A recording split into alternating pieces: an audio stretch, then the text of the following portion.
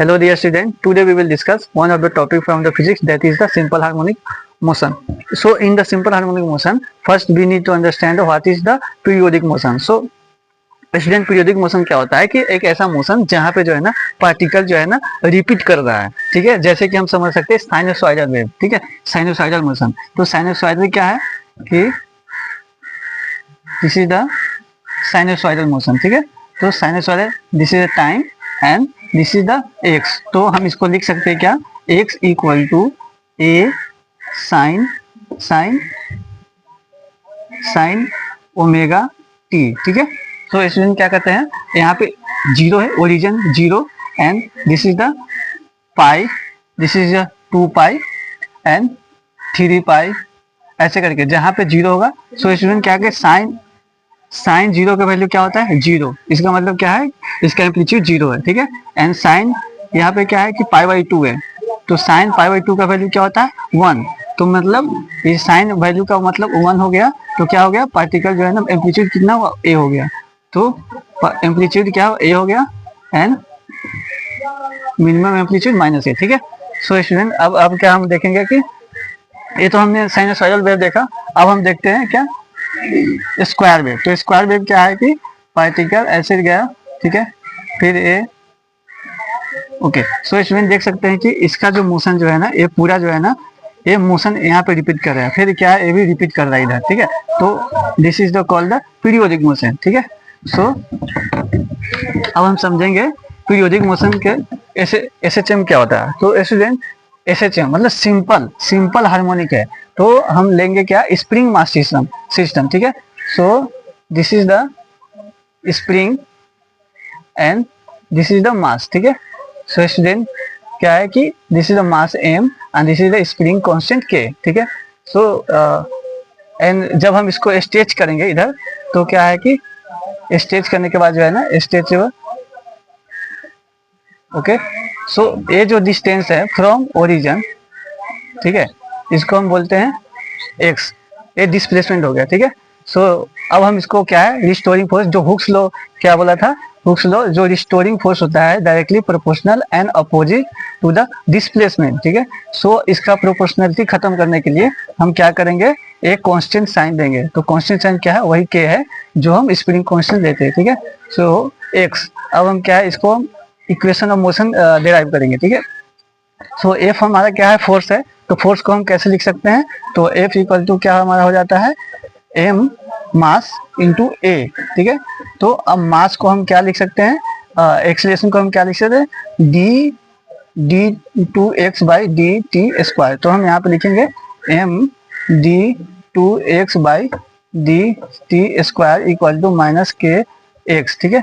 So d2x upon dt square equal to -k by m x, ठीक है। So student हम k by m को हम omega square हम लेते हैं, ठीक है, k by m omega square. तो हम क्या करते हैं, d2x upon dt square plus omega square x equal to 0।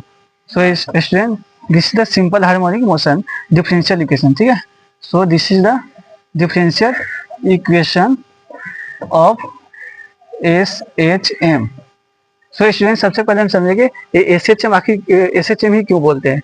So SHM इसलिए बोलते हैं क्योंकि जो है ना इसका पावर जो है ना n है, क्या करते हैं, F equal to -k, x के पावर n है। तो n हमारा क्या होता है, n हमारा 1 3 5 एंड 7 ऑड नंबर होता है। और ऑड नंबर क्यों होता है, हम ये भी देख सकते हैं कि सबसे पहले हम देखेंगे SHM। तो ये क्या, इसमें सबसे कम पावर क्या है, 1। तो इसलिए हम जो है ना सोल्व करते हैं सिर्फ पावर 1 के लिए, तभी इसको बोलते हैं SHM, ठीक है। ये हायर पावर क्या होता है, एन हार्मोनिक टर्म हो जाता है, n harmonic, this is the harmonic, ठीक है। तो इसलिए जो है ना हम इसका हायर पावर को जो है ना नेग्लेक्ट कर देते हैं, क्योंकि इसको सोल्व करने के लिए फिर हमारा काफी कॉम्प्लेक्स चीजें हो जाती है। इसलिए हम सिंपलेस्ट टर्म में जो है ना इसको डिनोट करने के लिए हम सिंपल हार्मोनिक मोशन बोलते हैं, ठीक है। सो स्टूडेंट अब हमने डिराइव कर लिया कि इक्वेशन ऑफ मोशन। अब इसका जनरल सोल्यूशन क्या होता है, जनरल सोल्यूशन क्या है कि हमारा x equal to a sine omega t plus 5। So student इसमें हम देखेंगे कि ये क्या है, एम्पलीट्यूड है, ओमेगा क्या है, angular frequency, t is the time period and phi is the phase, and omega t plus phi this is the total phase. ठीक है, सो स्टूडेंट अब हम देखेंगे ये हमारा क्या होगा, डिस्प्लेसमेंट, ये डिस्प्लेसमेंट। ठीक है, अब जब डिस्प्लेसमेंट पता चल गया तो हम इससे हम वेलोसिटी निकाल सकते हैं। तो वेलोसिटी का क्या होगा, वेलोसिटी हम निकालने के लिए v इक्वल टू क्या होगा, first derivative with respect to time. ठीक है, तो हम क्या करेंगे, साइन का क्या है, टाइम के साथ डिफरेंशिएशन है, सो ओमेगा है, ओमेगा क्या है, बाहर आ जाएगा, तो क्या है, A omega cos omega t plus 5। ठीक है, सो तो हमारा v इक्वल टू क्या हो गया, A omega cos omega t plus 5।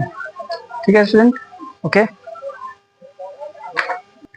So student हम सबसे पहले देखेंगे कि डिस्प्लेसमेंट क्या हमारा आया था,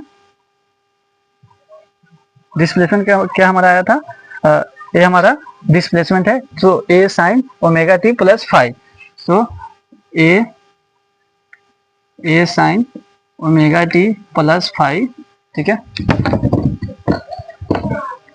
ठीक है, और वेलोसिटी हमारा क्या आया था, A omega cos omega t plus 5।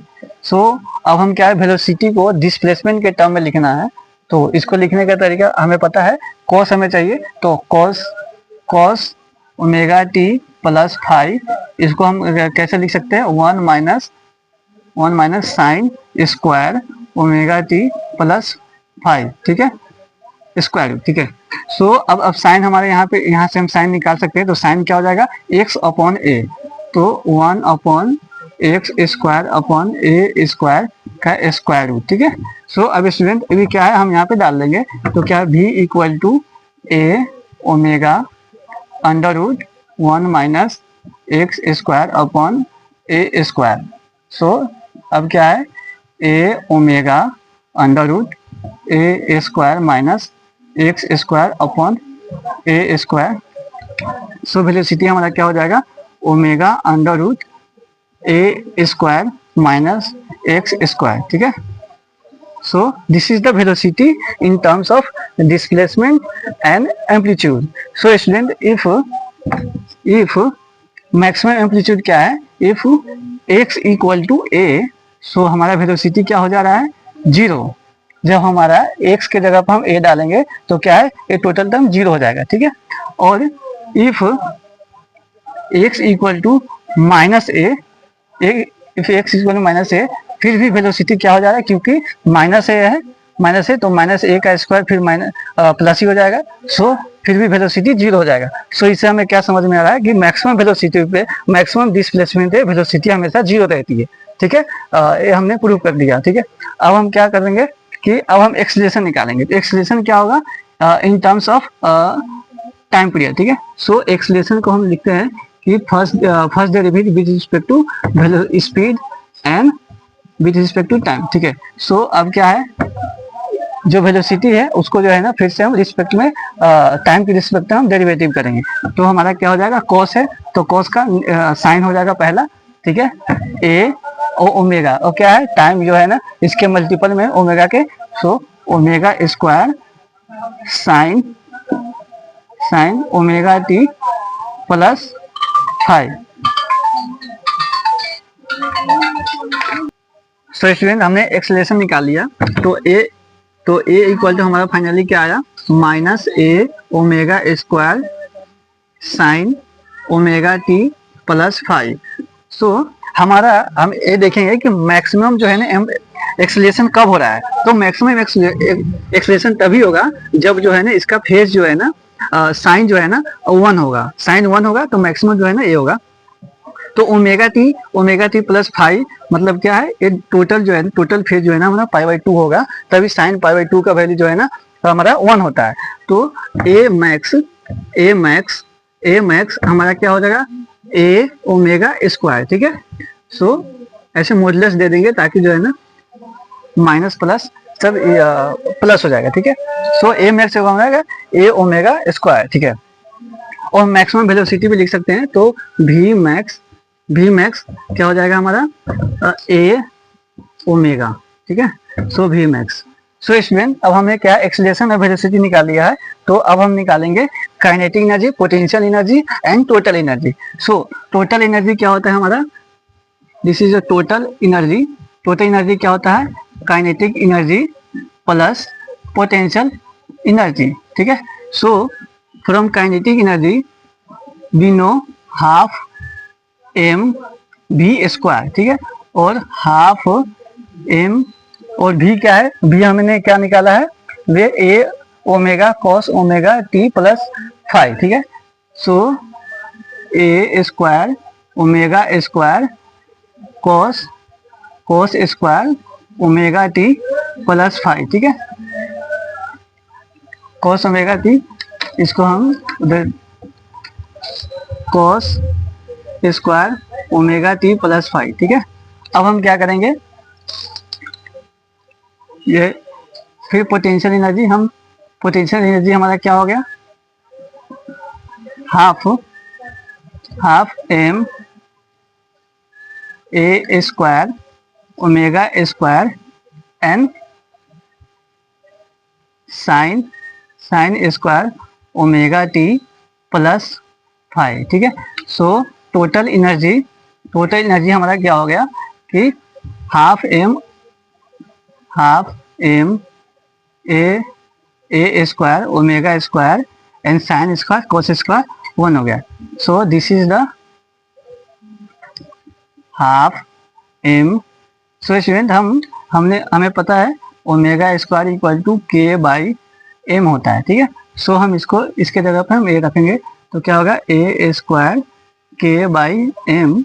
So M से एम कट गया, सो हमारा टोटल एनर्जी क्या हो गया, half k A square. So means this is the constant, ठीक है, कांस्टेंट, ठीक है। सो अब हम देखेंगे